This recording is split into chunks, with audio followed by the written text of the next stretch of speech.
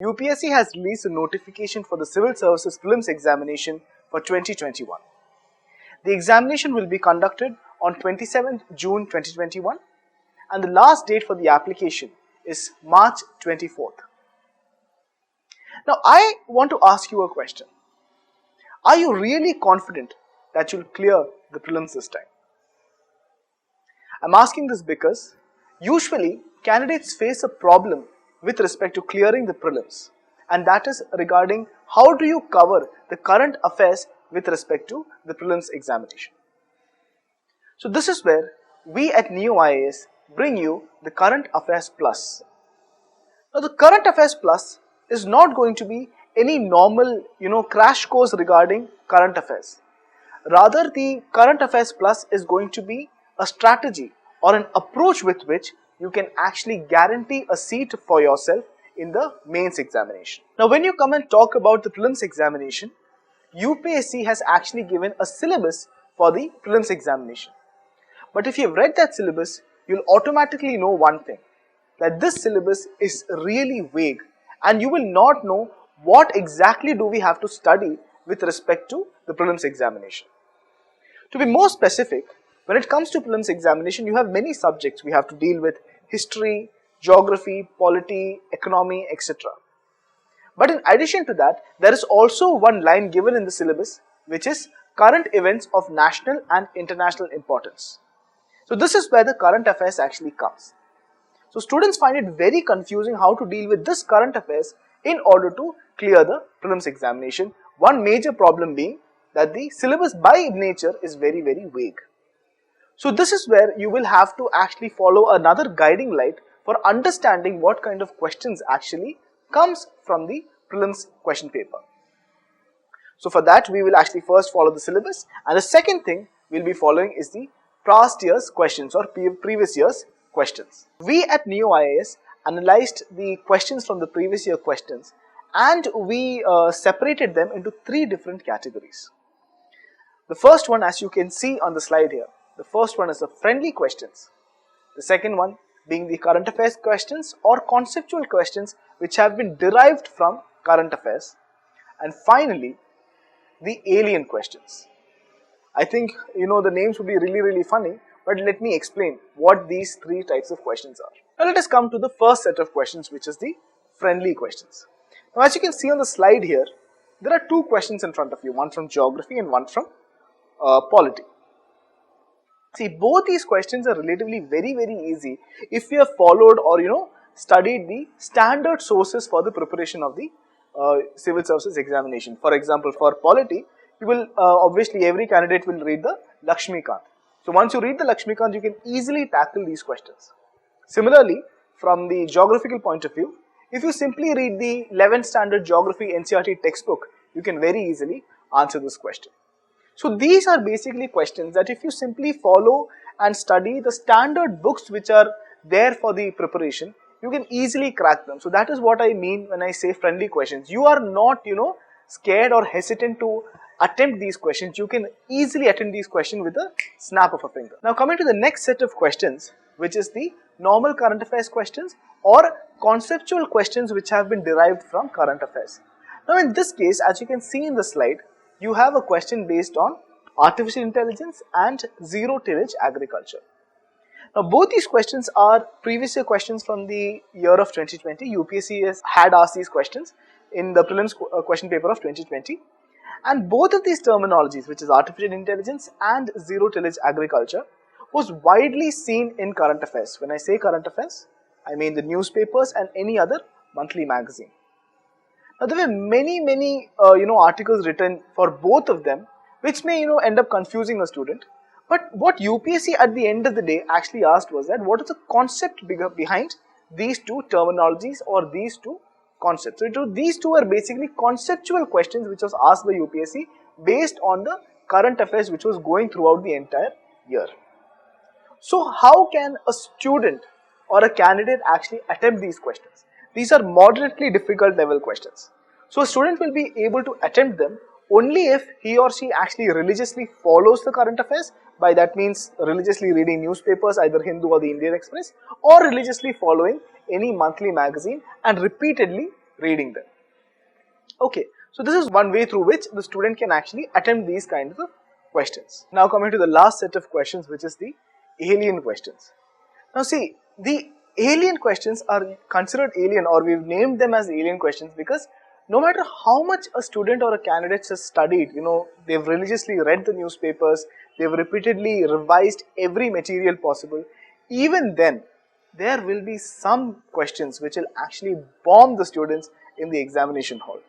An example for that would be the question that you can see on the slide with respect to pro-nuclear transfer. These pro-nuclear transfer is actually much more higher, they're really into medical science. These questions actually that level of technical knowledge. So that kind of questions can also come once in a while in your paper, which can actually clean bowl you sometimes. Okay, so that is why, as you can see the slide in the picture over here, no matter how much you are prepared, from top to bottom, you're armoring yourself with all sorts of current affairs possible, there will be some gap here and there wherein UPSC will strike a question to take you down. So your main aim is to cover yourself or be prepared to deal with any adversary or any problematic question possible, so that you will not be clean bowled in the examination. It only takes hardly 2 or 3 marks to actually make yourself become in the select list or not, clearing the prelims or not. And that is where these alien questions actually play a crucial role. We have talked of the 3 types of questions which will come in the paper, but to understand what would be the weightage of these questions in the prelims paper.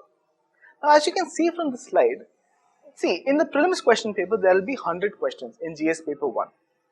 Now of these 100 questions, a decently prepared candidate can actually find 40 questions which are really simple, right? So those questions, the candidate would not have to think too much. Alright, so those will be the friendly questions. And then there will be 20 additional questions which are directly derived from current affairs. So if the candidate has studied current affairs or gone through the newspapers and materials religiously, then it is very easy for him or her to actually attempt those 20 questions as well as again. But then that is just 60 questions. The rest of the 40 questions, these are going to be alien questions. These questions will confuse you a lot in your paper. So the real battle between all the candidates and you with others actually stands in these 40 questions. So how do you tackle these 40 questions is what we are actually going to help you out with. Now before we go into the whole aspect of how CAP is going to help you, we'll just take a few examples as to how UPSC has been asking questions in the prelims paper. So as you can see from the slide here, you can see that there was a newspaper article in the Indian Express, and it simply said that because of the lockdown, there has been a sharp drop in nitrogen dioxide and benzene. Now these are the kind of news articles that came in the newspaper during the lockdown period. Now for a normal UPSC candidate, right, what would the candidate actually study? The candidate would read the entire paper and would come across air quality index or AQIs, and the candidate would, a normal candidate would normally study regarding or everything regarding the AQI, what all gases are considered in the AQI index and what are the percentages or things like that. Basically trivial facts regarding that would be studied by the candidates. But from this individual newspaper article itself, what did UPSC ask? UPSC ended up asking the factors or the reasons for exposure to benzene pollution. Even though it may not have been explicitly written in the newspaper article, this is the concept that they took from the article and they asked such kind of a question.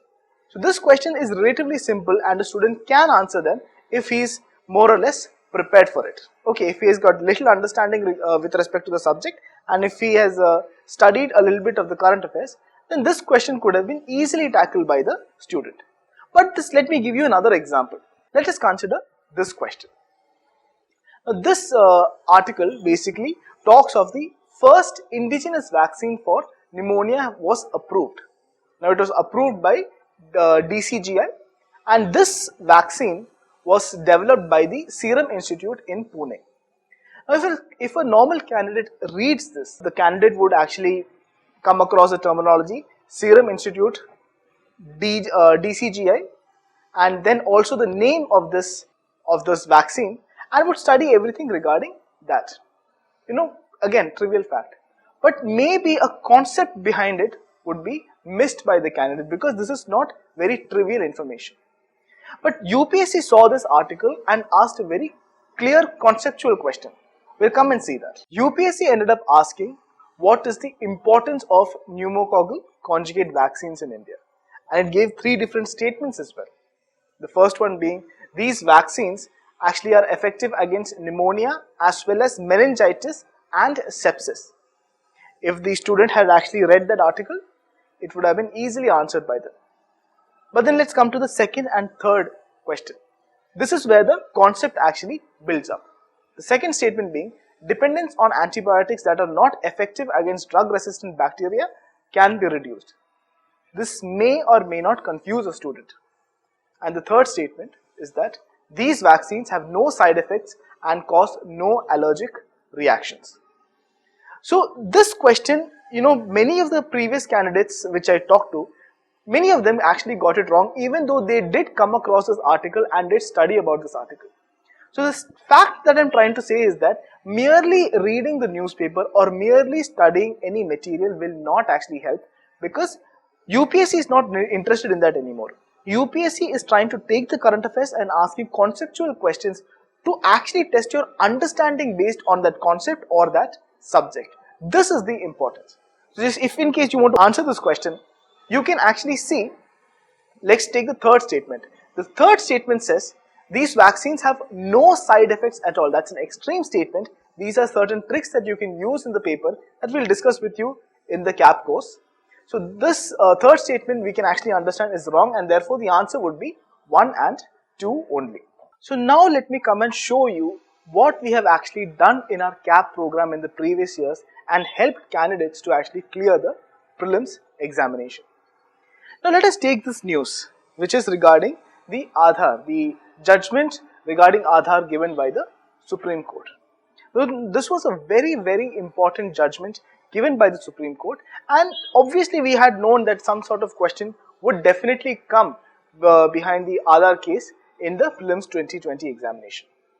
So as we expected, the question actually came, and if you can see the slide in that, what we had actually done is that this Aadhaar issue, which was very, very complicated, we simplified it into very small, easy points to remember, and in addition to that, we made tables as to what is possible under the Aadhaar case and what is not to be done, and every other issue regarding the Aadhaar case was simplified so that every candidate attending the CAP program would understand this complicated issue and answer the question. Let me give you another example. This article, which is taken from the Economic Times. Now why this is important is because usually a candidate studying for UPSC Civil Services will either follow the Hindu or they will actually follow the Indian Express. Now UPSC has no barriers like that saying that it will only follow the Hindu or the Indian Express. It can ask questions from anywhere. So this is where it becomes important. We in the CAP team actually follow multiple different sources and multiple different newspapers as well. An example of that is this one, which came in the Economic Times. It said that the Gir Lions or the Asiatic Lions, which is located in the Gir National Park, is going to be relocated to another wildlife sanctuary, which was the Kuno Wildlife Sanctuary. Now this same question was asked in the UPSC prelims paper as well. Now we in the CAP team had expected something of that sort, and we had asked a similar question in our Grand Master Challenge test, which you can see in the slide given here. Additionally, we at the CAP team will also have a very holistic understanding so that we can read any article and understand the exclusive prelims content in that, and we give you the material for that itself. Again, we'll look into this article as well, which came in the Hindu. It basically talks of the plastic waste and how it is affecting the marine food chain. Now under this, many of the academies outside, they consider this article as a mains article under environment, but we can also see this from the prelims perspective, and wherein UPSC had asked a question regarding microbeads from this article, we also had expected a question of that sort, and we asked a question in our Grandmaster Challenge again regarding microbeads from this article. I'll give you one more example. Again, there was a big conflict between India and China last year. Now this particular incident between the rivalry between India and China, it sparked many different articles in the newspapers and many of the current affairs materials also, and they were seen from a strategic point of view, from purely from a mains point of view. But few people actually understood that it also has a prelims point of view as well, just by the location of where the conflict is actually taking place. So from looking at that, UPSC also asked a question regarding this issue from a prelims point of view and asked the location, a simple question asking the location of the Siachen glacier. And as you can see from the slide here, we had mentioned exactly the same thing in our current affairs materials as well. So this is how holistic we are. We will see every article which is coming in the current affairs and we will focus that exclusively for the prelims content, so that you will get a holistic idea or a better edge than others in cracking the prelims, so that you will be able to guarantee a seat for yourself in the mains paper. Now, after all of this, many students actually come up to us and actually ask us, there are so many materials to study, there are so many articles that come, there are so many concepts to understand. How do we cover all of this in such a short period of time? So this is the concept that we want to put forward to you. We are going to provide you 40 sessions, and will that session be enough? Now understand this by an analogy which I am going to give you. Think of a mountaineer who wants to climb the Mount Everest. Now the Mount Everest is a big mighty mountain, and to reach till the top he must have many life-saving equipments and other very important equipments, so that he can reach till the top as well. But at the same time, he should not pack unnecessary items which is going to be a burden for him on his journey to the summit of the peak. This is the same approach that we are going to do. We are going to pack all the concepts, information and must-know facts in a very concise and systematic manner and then deliver it to you, so that you will only take what is of utmost importance and is necessary. Now what is the advantage of this thing? The advantage is that if you have all of these concepts which is provided to you in a much more systematic and concise manner, first and foremost you will directly be able to hit many of the questions without even thinking, and secondly, if you come across a very difficult question to answer, you will have the weapons with you so that you can attempt those questions and make an intelligent guess to make the correct answer. This is what we will provide to you, so that you will be comfortable all throughout the journey or when you are writing the prelims examination. Now this is going to be an example for you as to how we are going to pack all the concepts in a very concise manner for you. Now all the candidates who are preparing civil services will come across these three bodies or these banks, which are the New Development Bank, the Asian Infrastructure and Investment Bank, and finally the Asian Development Bank. These three banks are very well known to all the candidates studying UPSC. But at the same time, these three banks also end up becoming extremely confusing for the candidates who are studying UPSC. Which bank came first? Which bank has largest number of members? Where are these located? What is the quota or the largest shareholder in each of these banks? These are different concepts that come under each of them. Now if a candidate is to study each one of them individually, it will take a long period of time, and the chances of a candidate to forget important facts regarding those concepts is also high. So that is why you can see here we bring you a tabular concept, a tabular format for you to study and understand these very volatile bodies or these banks and get pure good information from them, so that all of these concepts will stay in your head for a longer period of time. Now this is one of the slides that we had in our previous CAP batches, and in the same year a previous year question was also asked. Now this was the question which came from UPSC in the same year. Okay, I'll read out the question. With reference to Asian Infrastructure Investment Bank, consider the following statements. The first statement is AIIB has more than 80 member nations. So we'll come back to the previous slide and we can see here that under AIIB it says the number of members is 84 members. So obviously the first statement is correct. So with that, first statement is correct, so you can automatically eliminate option B. We'll go to the next statement. India is the largest shareholder in AIIB. Again, if you look at the table here, you will see it is not India which is the largest shareholder, rather it is China which is the largest shareholder. So automatically the second statement is also wrong. So now you are left with option A and option C, which is 1 and 3. And finally we'll go to the third statement, which is AIIB does not have any members outside of Asia. We'll go back to the slide again, and you can see here the total number of members is 84 members. Now 84 members are already there. How many countries do you think is there in Asia? It's around 50 countries. So the rest of the countries which are members of AIIB obviously will have to be outside of Asia.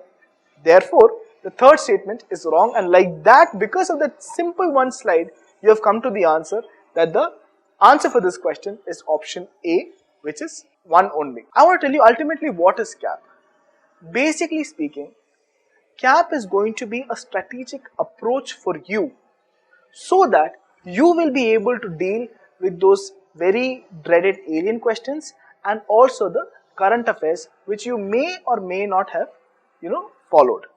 We'll compile both of them together, give you a holistic understanding, a conceptual clarity, pack all of these concepts very well and give it to you so that you will get complete conceptual clarity, cover the entire current affairs and also cover all of them in a systematic approach so that you will be very confident in writing the prelims for 2021.